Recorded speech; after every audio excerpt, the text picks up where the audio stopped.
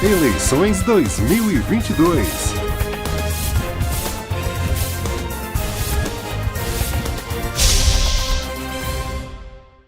Olá, um grande abraço a todos que nos acompanham. A Rede de Notícias Acaerte realiza a partir deste momento uma entrevista especial com o senador eleito por Santa Catarina, Jorge Seife. Ele foi o escolhido de quase 1,5 milhão de catarinenses para representar o Estado no Senado Federal no mandato que inicia em 2023 e segue até 2030. Foram 39,79% dos votos válidos do eleitorado catarinense. Senador eleito, tudo bem com o senhor? Olá, Cadu. Olá a todos os ouvintes da Rede Acaerte. Muito obrigado pela oportunidade e é um prazer imenso poder falar com todos os catarinenses e agradecer a oportunidade e a confiança nesses quase 1,5 milhão de votos. O senador eleito Jorge Seife Júnior tem 45 anos, é natural do Rio de Janeiro e se estabeleceu com a família há 2 décadas em Itajaí, no litoral norte catarinense. Ele é formado em administração pela Universidade do Vale do Itajaí, a Univale, e tem atuação empresarial como produtor rural no setor pesqueiro. Foi secretário nacional da Aquicultura e Pesca no governo do presidente Jair Bolsonaro e deixou o cargo para concorrer à sua primeira eleição. Senador eleito, começo pedindo para que o senhor nos conte um pouco mais sobre essa trajetória pré-eleitoral. Cadu, eu creio muito em Deus e o que aconteceu realmente na minha vida, eu creio que foi um milagre, né? Um peixeiro como eu, apesar de ser nascido no Rio de Janeiro, eu estou aqui há mais de 2 décadas, né? Há quase 3 décadas em Santa Catarina, sou carioca de nascimento e catarinense por adoção, como tantos imigrantes italianos, alemães, austríacos, portugueses, árabes e também pessoas aqui, né, vizinhos, gaúchos, paranaenses. Então, eu trabalhei intensamente pela eleição do presidente Bolsonaro, que, na ocasião de 2018, meu pai é militar, né, foi militar, e as palavras do presidente Bolsonaro, na ocasião das eleições de 2018, nos motivaram muito. Nós queríamos mudanças, né? Nós queríamos uma política limpa, nós queríamos um discurso mais alinhado, porque nós queríamos especialmente nos valores judaico-cristãos. E o presidente se elegeu em 2018, em novembro, nós batemos fazendo o resumo da conversa, né? Nós batemos na porta da casa dele, no Rio de Janeiro, tinha um barco nosso lá para descarregar pescados, o barco acabou não entrando por conta de mau tempo, e nós tínhamos uma tarde livre, e nós acabamos batendo na porta do presidente para tirar uma foto com ele e entregar para ele uma lista de reivindicações do setor da pesca, né? E ali o presidente, né, para nós era inatingível, inalcançável, impossível que um presidente da República pudesse receber 2 peixeiros de Itajaí. Pois ele recebeu e nos convidou para entrar em sua casa. Tomamos um café, né, ali na área externa da casa do presidente, sentado junto com ele, e a primeira-dama do Brasil, ainda que já fosse primeira-dama, porque o presidente já estava eleito, ele estava se recuperando ainda da facada que tomou lá do militante do PSOL, e ela fazendo um cafezinho para nós, ou seja, pessoas normais, pessoas simples, e nós sempre víamos os políticos com aquela pompa, né? E ali, o que eu imaginava ser 10 minutos de conversa, ou 5 minutos, se tornaram praticamente 4 horas de conversa com o presidente da República recém-eleito, e eu apresentei uma lista de 25, 30 itens de problemas que nós enfrentávamos na pesca, no nosso setor, enquanto produtores rurais, né? Eu trabalho desde os 12 anos com meu pai, comecei na peixaria do meu pai no Rio de Janeiro, e desde então, né, sempre acompanhei meu pai, né, nossa família, nessa questão da pesca em todo o Brasil. O barco trabalha em diversas regiões, ele vai atrás do pescado, né? E para minha surpresa, mais um milagre aconteceu. Além do presidente ter nos recebido, eu falei, presidente, entrega essa lista, né? Eu expliquei, ele foi me arguindo, como se fosse uma sabatina, perguntando item a item dos problemas da pesca, e eu fui dando os problemas, explicando os problemas e as possíveis soluções. Eu entreguei para ele e disse, né, Cadu, presidente, entrega essa lista para o teu ministro, para o teu secretário, para quem for cuidar da pesca do Brasil. E aí, outro milagre aconteceu. O presidente falou, não, você não entende, você não conhece o setor, você não é um técnico na área, você não é um empresário, você não tem, conhece os problemas e está sugerindo soluções, ao invés de me entregar essa lista, eu te convido para você ocupar a Secretaria Nacional de Pesca, para que você, ao invés de delegar esse problema para mim, você mesmo resolva. Então, ali, né, eu acabei aceitando. Tem uma camisa do Luciano Hang, com uma frase dele que diz: o Brasil que nós queremos depende de nós. E eu acreditei nessa frase e fui para Brasília para ocupar, então, o meu primeiro emprego público. Jamais tive nenhuma aspiração, né? Não fui lá pedir vaga para o presidente, não fui lá pedir emprego, pelo contrário, fui só reivindicar pelo nosso setor. E em Brasília fiquei 3 anos e 3 meses, fizemos muitas entregas, Cadu, entre elas, né, a privatização de terminais pesqueiros públicos que estavam aí há mais de uma década fechados, né? Foram investidos milhões de reais, mais de 300 milhões de reais, jamais foram inaugurados. Conseguimos a primeira linha de financiamento da Caixa Econômica Federal para pescadores artesanais, industriais e aquicultores, né?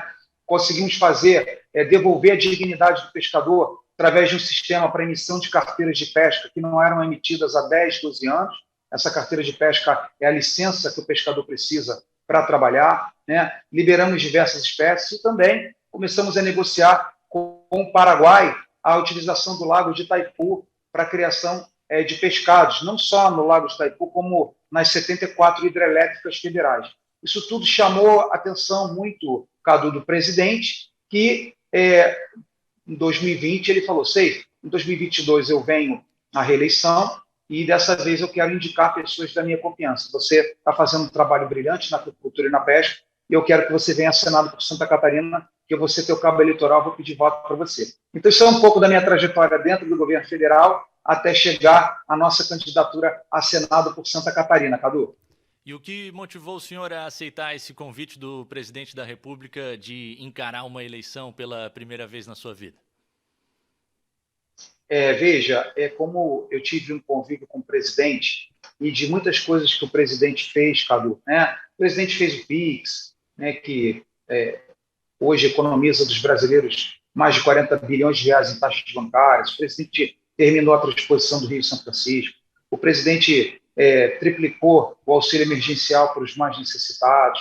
O presidente titulou mais de 400 mil famílias que se encontravam, né, sem seus títulos fundiários, sem suas terras. O presidente fez muitas coisas pelo Brasil. Mas a principal coisa que eu vejo, a maior virtude do presidente Bolsonaro, quando se trata do cidadão brasileiro, do cidadão catarinense Jorge Seife, foi resgatar minha esperança, minha fé e meu patriotismo, né? Nossa bandeira, que antes era pisada, era queimada, era cuspida, era desrespeitada, o presidente devolveu para nós, né, o patriotismo, né, o respeito à bandeira e a fé e a esperança num Brasil melhor. Então, diante desses sentimentos patrióticos que o presidente conseguiu despertar em mim, me levaram, então, a aceitar esse convite e também entendendo que o Poder Executivo, eu acho que nós despertamos um pouco tardiamente, Cadu, o Executivo, o Presidente da República, não consegue fazer tudo sozinho. Ele precisa de senadores e de deputados federais para seguir, né, aprovando projetos, etc. Então, foi isso que nos levou a aceitar o pedido, né, o convite do presidente Bolsonaro. Senador, e uma das pautas que deve entrar em discussão no Senado Federal já no seu primeiro ano de mandato é a questão da reforma tributária, que foi bastante debatida no último ano, mas acabou não sendo concluída até pela questão de período eleitoral. O que o senhor defende para essa reforma? Olha, durante a minha campanha, Cadu, as principais bandeiras que eu carreguei, né, que eu levei aos catarinenses, foi realmente uma reforma tributária. Saiu uma pesquisa em 2021 comparando o ambiente amigável dos estados, dos países para com as empresas, os empreendedores. 77 países analisados e o Brasil, infelizmente, é o país mais hostil, é o país mais burocrático, mais difícil, né, de se tocar uma empresa, de se obter autorizações, de se obter crédito. Então, realmente uma reforma fiscal. Só para quem está nos ouvindo, né, os nossos ouvintes entendam, o nosso Código Tributário tem mais de 40 mil páginas. Então, são impostos municipais, estaduais, federais, IPTU, IPVA, GPS, enfim, é uma loucura, é uma confusão, né? Eu acho que a profissão mais difícil do Brasil, além de ser empreendedor, é ser contador, porque é uma loucura, né? E que o que se altera diariamente, semanalmente, mensalmente. Então, a reforma tributária é uma necessidade para o Brasil se tornar mais competitivo, tirar carga, tirar impostos e facilitar a vida do cidadão, dos empresários, que, afinal de contas, quem gera emprego, quem gera oportunidade, são os comerciantes, são os operadores de turismo, são os construtores, enfim, é o comércio, é a indústria, é o agronegócio. Então, o Estado brasileiro não pode ser um sabotador de quem gera emprego, riqueza, quem paga o imposto, quem paga os salários dos servidores, dos deputados, do presidente. Nós precisamos ser incentivadores. E a reforma fiscal é uma necessidade urgente do Brasil. E essa é uma das nossas bandeiras, Cadu. Pois é, seguindo no tema das reformas no programa do senhor, no seu site da internet durante a campanha, havia uma defesa de uma reforma política e eleitoral que possa reduzir o tamanho do Estado. Quais os moldes dessa mudança, para a gente entender? O senhor é favorável à extinção da reeleição, por exemplo? Eu creio que já existem países que têm mandatos únicos de 5 anos, né? Eu creio que esse seja um bom caminho, ao invés de 4, 5 anos. Eu sou a favor de uma unificação do período eleitoral. O Brasil não pode parar de 2 em 2 anos por conta de eleições. Eu acho que tinha que ser eleições únicas para vereadores, prefeitos, deputados estaduais, federais, senadores, governadores e presidentes da República. Eu creio também que não possamos ter 30 e poucos partidos, que, na verdade, não respeitam nenhuma linha ideológica. Você vê pessoas de direita e de esquerda dos dois lados. Eu me inspiro muito no modelo político da Alemanha, né? É o voto distrital, né? A questão também quando se fala em redução de despesas para partidos políticos, deveríamos ter, como nos Estados Unidos, 2 partidos, republicanos, democratas, cada um já tem a sua linha e não tem uma confusão, até para instruir, orientar melhor o eleitor, quem está de um lado e quem defende o quê. Então, hoje nós temos aí uma salada de frutas de partidos, que, na verdade, nós sabemos que questão de fundão eleitoral, isso tudo, né, nós precisamos revisar isso. Quem paga isso, e a custo de muito suor e muito trabalho, é o brasileiro, é o cidadão catarinense. Então, nós precisamos, sim, rever, fazer uma reforma política e reduzir o tamanho dos custos eleitorais do Brasil e rever outras questões como redução de partidos, fundo eleitoral e unificação da eleição. Perfeito. Senador, seguindo em frente, as propostas no seu site de campanha citam a luta por um novo pacto federativo que garanta a Santa Catarina a capacidade de receber mais recursos do governo federal, uma parcela maior daquilo que a gente contribui para com Brasília. De que forma o senhor acredita que pode trabalhar para melhorar este cenário? Olha, eu não sei se nossos ouvintes, espectadores conhecem, mas a cada R$ 100 que Santa Catarina manda para Brasília, voltam menos de R$ 20, menos de 20% do que nós, catarinenses, produzimos riquezas, empregamos, somos competentes, eficientes, eficazes, e 80% acaba indo para outros estados, para investimentos em outros estados. Me parece que isso é desproporcional, me parece que isso é injusto, né?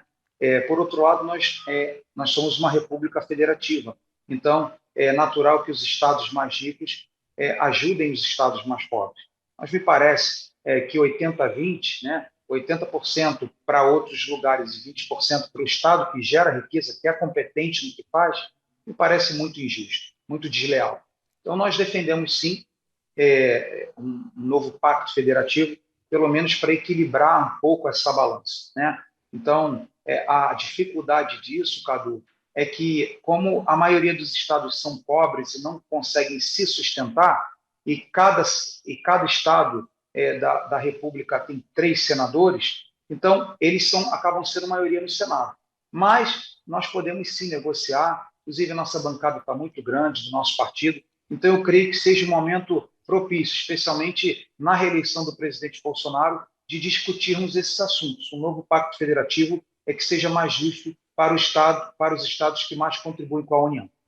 Dentro dessa linha de demanda por investimentos, Santa Catarina tem obras viárias que têm o andamento comprometido, algumas até com prazo expirado, e demanda investimentos na estrutura para estimular e ampliar a nossa competitividade, que já é grande. A maior parte dos rankings apontam Santa Catarina no segundo lugar de competitividade do país, atrás apenas de São Paulo. Como o senhor pretende trabalhar esse tema da infraestrutura, começando pelo aspecto rodoviário?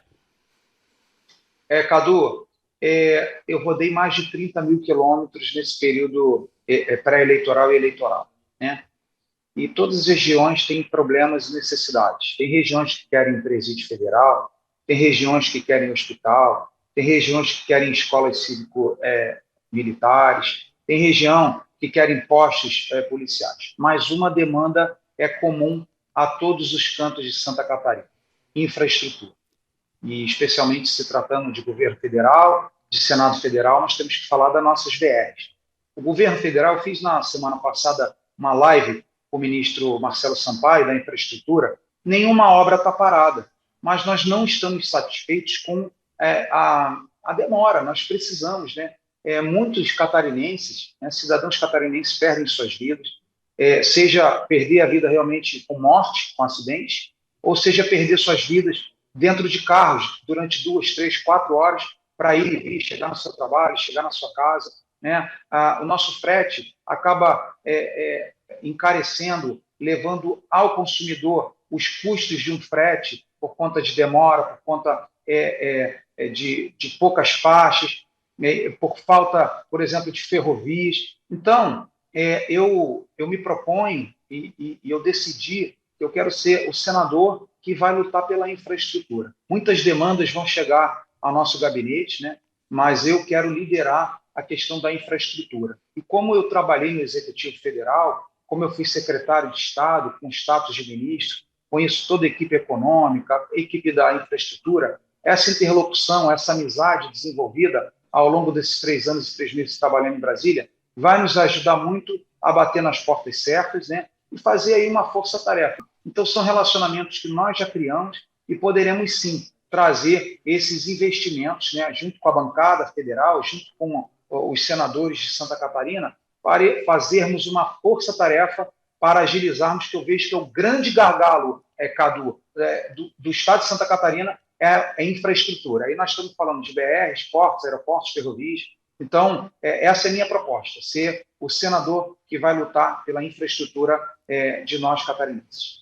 Permanecendo na infraestrutura, então, senador, o governo federal autorizou no último ano a construção da ferrovia Cascavel-Chapecó, que irá conectar o oeste de Santa Catarina com o estado do Paraná e também com o centro-oeste brasileiro. Uma notícia muito comemorada pelo nosso agronegócio, afinal de contas, facilita a busca de insumos, né? Quanto menos se gastar com esse custo logístico, vai se conseguir oferecer também um produto mais barato lá na frente, mas também uma notícia que gera uma certa preocupação aqui no estado, a partir do momento que abre a possibilidade de parte da nossa produção vir a ser escoada pelo porto de Paranaguá, no Paraná, e a gente sabe também o quanto a movimentação portuária, o senhor sabe muito bem isso, gera movimentação para a economia de Santa Catarina. O que o senhor pensa sobre esse tema e a nossa necessidade ferroviária? Bom, a nossa necessidade ferroviária é gigantesca. Primeiro que hoje o custo dos grãos, né, no Centro-Oeste, eles são praticamente metade do valor aqui em Santa Catarina, justamente pelo frete, pelo custo que ele chega para nossas agroindústrias, especialmente do Oeste catarinense. A questão dos portos não me preocupa, porque nós temos muita eficiência nos nossos portos, né? É natural a concorrência e nós somos muito eficientes. Então, uma vez que nós tenhamos aqui a ferrovia, né, que vai abrir esse edital, e que nós temos essas ferrovias para trazer os insumos básicos, milho, soja, para a criação de proteínas animais, naturalmente nossa competitividade vai aumentar, nossos custos vão reduzir e será natural o aumento, né, da competência dos nossos portos e da competência das nossas agroindústrias, que com certeza privilegiarão aqui os portos catarinenses, né? Isso aí eu não tenho a menor dúvida de que nós, nesse ponto, seríamos bairristas, primeiro pela eficiência, segundo que já existe uma tradição, né, da utilização dos nossos portos, especialmente aqui de Navegantes, Itajaí, para despacho das nossas proteínas para todo mundo. e teremos mais competitividade. Então, essa ferrovia é um sonho antigo, nós vamos ajudar, né, a construir, a pavimentar esse caminho, acelerar esses editais. Eu conversei, inclusive, com o ministro Marcelo Sampaio, nessa live que eu tive com ele, e tenho certeza que o nosso agronegócio, né, que já é um dos maiores do mundo em proteínas animais, será ainda mais pujante, alimentando não só os brasileiros, como cidadãos de todo o mundo. Senador, nosso estado tem um DNA empreendedor inegável, são um pouco mais de 7 milhões de habitantes e 1.200.000 empresas ativas neste momento, das quais mais da metade microempreendedores individuais. O que o senhor, na função de senador, acredita que poderá fazer para estimular ainda mais esse espírito empreendedor? Cadu, as minhas bandeiras, como eu sou empresário, como eu sou produtor rural, as minhas bandeiras, elas são totalmente pró-iniciativa privada, pró-empreendedorismo, pró-pequeno, micro empresário, médio empresário e grande empresário. Então, vamos falar de alguns temas que são minhas pautas e que foram minhas, digamos, promessas de campanha, né? Bandeiras de campanha por onde eu passei. Reforma administrativa, reduzir, né, os privilégios de algumas castas de servidores públicos. Não tenho nada contra os servidores públicos, mas alguns, né, recebem dinheiro demais, recebem salários altos demais e quem paga isso somos nós. Reforma fiscal, nós acabamos de falar. Reforma política, acabamos de falar. Pacto federativo, também falamos. Então, todas essas bandeiras, naturalmente, reduzindo-se o Estado, o tamanho do Estado brasileiro, reduz-se impostos, né, reduz-se o custo da máquina pública. Outra bandeira minha, é importante dizer, privatizações. Né? Não é possível que nós sigamos pagando servidores públicos para entregar carta no monopólio estatal. Não é possível que a Petrobras siga sendo um monopólio para a extração de petróleo. Né? Eu tenho 45 anos, Cadu, e eu me lembro que antigamente um telefone fixo custava o preço de um terreno, custava o preço de uma casa, custava o preço de um carro. Depois que foi privatizada a Telebrás, né, hoje nós temos aí 2 celulares para cada, a média, 2 celulares para cada cidadão brasileiro. Depois que abre-se a concorrência, entrega-se para a iniciativa privada, ela é muito mais competente para gerar. Hoje nós temos tecnologia, nós temos oferta de planos, TIM, Vivo, Claro, Oi, tantas ofertas, porque a iniciativa privada entra competindo, entra com tecnologia, prestando bons serviços aos cidadãos. Então, essas são bandeiras que naturalmente privilegiam, contribuem para o ambiente de negócio, para o ambiente do empreendedorismo catarinense e brasileiro. Senador, partindo para um tema ligado com a educação, a nossa Universidade Federal de Santa Catarina é um motivo de orgulho aqui para o nosso estado, reconhecida em diversos rankings como uma das melhores do país e também da América Latina. Nessa semana, a instituição publicou uma manifestação oficial pedindo um apoio, conclamando a sociedade, alertando que com reduções orçamentárias corre o risco de encerrar o ano com um déficit financeiro irreversível que comprometeria inclusive atividades de ensino, pesquisa e extensão. O senhor acredita que pode trabalhar para que a UFSC e demais universidades e institutos federais possam obter mais recursos? Cadu, isso já foi resolvido, né? O ministro Victor Godoy deu uma entrevista explicando os problemas, questões burocráticos do governo, mas isso já foi resolvido, não vão faltar recursos para nossas universidades nem para nossos institutos federais. Mas, com certeza, né, nós precisamos sempre fortalecer a educação. Educação é a base de tudo, nós precisamos educar melhor nossos jovens, nossas crianças, formar melhor, né, os nossos profissionais, e com certeza, né, a educação é uma bandeira comum de qualquer político de bem, de qualquer cidadão de bem. Então, com certeza, as universidades, né, tanto as comunitárias, as públicas, as particulares, podem contar com o senador Jorge Seife como, né, uma pessoa que vai lutar pelos direitos da educação das nossas crianças, dos nossos jovens, e para formar melhores profissionais. Mas a questão dos recursos federais que foram contingenciados por alguns dias já foi resolvida, e não faltarão recursos nem para a Universidade Federal de Santa Catarina, nem para nenhuma universidade no Brasil. Perfeito. Alerto apenas que a publicação da Universidade Federal não fazia menção a a esse possível corte recente que foi suspenso, e sim a um cenário macro. Senador, falamos bastante aqui do Estado, vamos voltar a Brasília e ao tema nacional. O senhor é favorável ao aumento do número de ministros do Supremo Tribunal Federal? Como o senhor pretende pautar a sua atuação em relação ao STF, sendo que a competência do Senado a fiscalização à Corte? Vamos lá.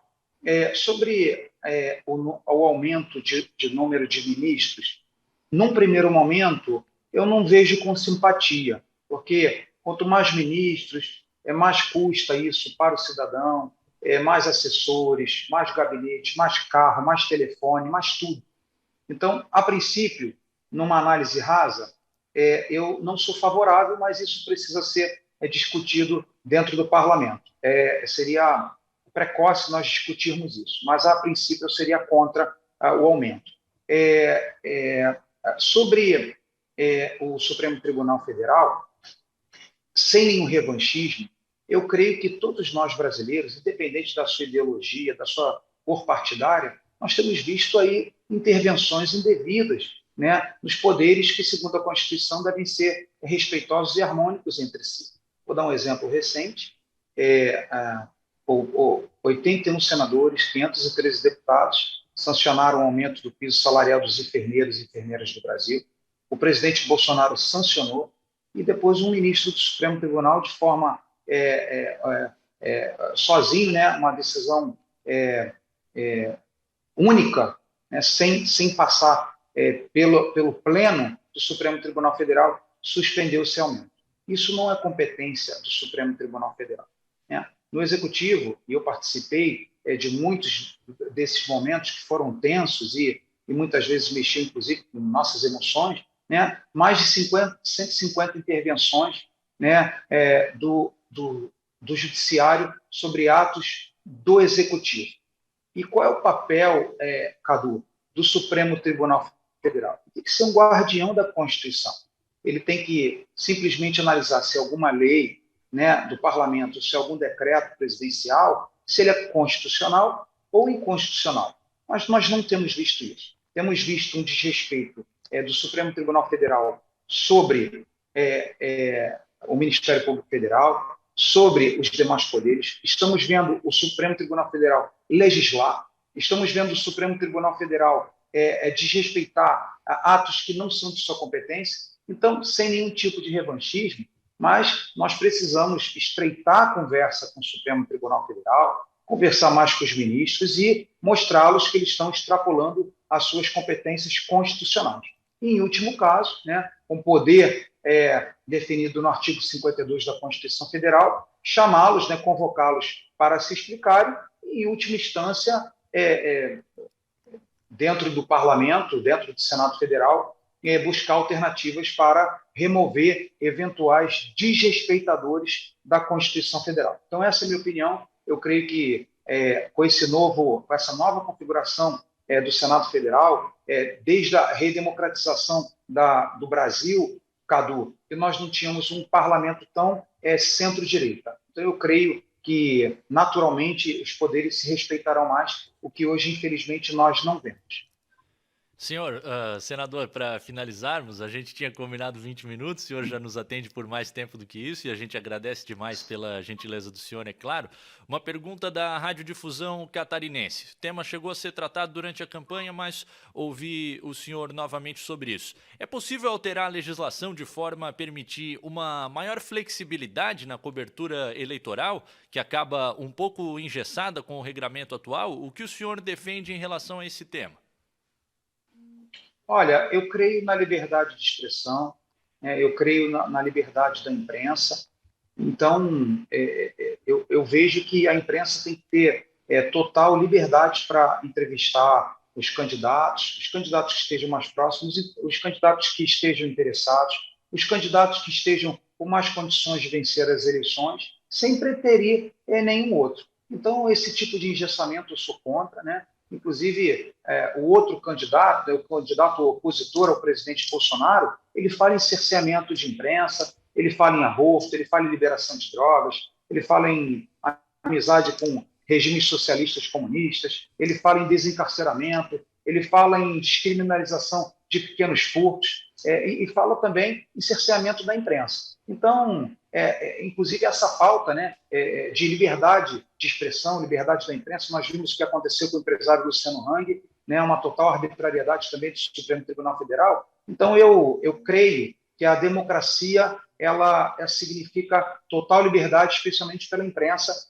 que informa aos cidadãos o que está acontecendo. Então, eu sou partidário, né? Estou junto com a imprensa sobre a sua liberdade, inclusive de criticar, me criticar o presidente, criticar quem for, e também entrevistar, dar oportunidade de fala. Então, com certeza, a imprensa catarinense pode ter um parceiro, né, a favor da sua liberdade, né, a favor da ampla cobertura dos temas que forem necessários para que vocês façam, né, informem melhor, cada dia melhor, e que haja oportunidade para cada catarinense conhecer, por exemplo, seus representantes, as ideias de seus representantes, o que, infelizmente, como você bem citou, não ocorreu por conta de legislações eleitorais. E tivemos a oportunidade nessa entrevista de conhecer um pouco melhor o senador eleito por Santa Catarina, Jorge Seife Júnior, para representar o Estado no Senado Federal entre 2023 e 2030. Senador, muito obrigado novamente pela gentileza do senhor em nos atender aqui na Rede de Notícias Acaerte, e fique à vontade para a sua saudação final aos catarinenses. Cadu, quem agradece sou eu, Acaerte, pela gentileza, pela oportunidade, né? E o que eu quero pedir a cada um dos cidadãos catarinenses é que, no dia 30, que não se abstenham, né? Nós, infelizmente, tivemos um recorde de abstenções, mais de 1.200.000 catarinenses não foram votar no dia 30, né? Quando nós abrimos mão do direito de escolha, as outras pessoas podem fazer mais escolhas para nós. Então, a minha luta, né, meu pedido, meu apelo para cada um dos catarinenses que nos assistem é realmente, vão votar, exerçam o seu direito democrático de escolha do seu presidente, do seu governador, e façam as melhores escolhas, comparando os currículos, comparando os históricos, comparando as propostas, e eu tenho certeza, né, que reduzindo-se essas abstenções, nós teremos uma democracia mais plena e mais pessoas representadas, né, dentro da presidência da República e dentro do governo do Estado, visto que as eleições para deputados e senadores já foi definida no primeiro turno. Então, um grande abraço para cada um dos catarinenses. Muito obrigado pelos quase 1,5 milhão de votos. Muito obrigado pela confiança, pelo apoio. E agradeço também, mesmo aqueles que optaram por outras candidaturas. Hoje eu sou senador de cada um dos catarinenses e honrarei cada um dos catarinenses da melhor forma. Agradeço de coração. Muito obrigado pela confiança, pelo carinho. E obrigado mais uma vez à Acaerte pela oportunidade de me comunicar com tantas pessoas dentro do nosso amado estado de Santa Catarina. Nosso muito obrigado novamente ao senador eleito Jorge Seife e a todos que nos acompanharam por aqui. De Florianópolis, da Rede de Notícias Acaerte, Cadu Reis. Eleições 2022.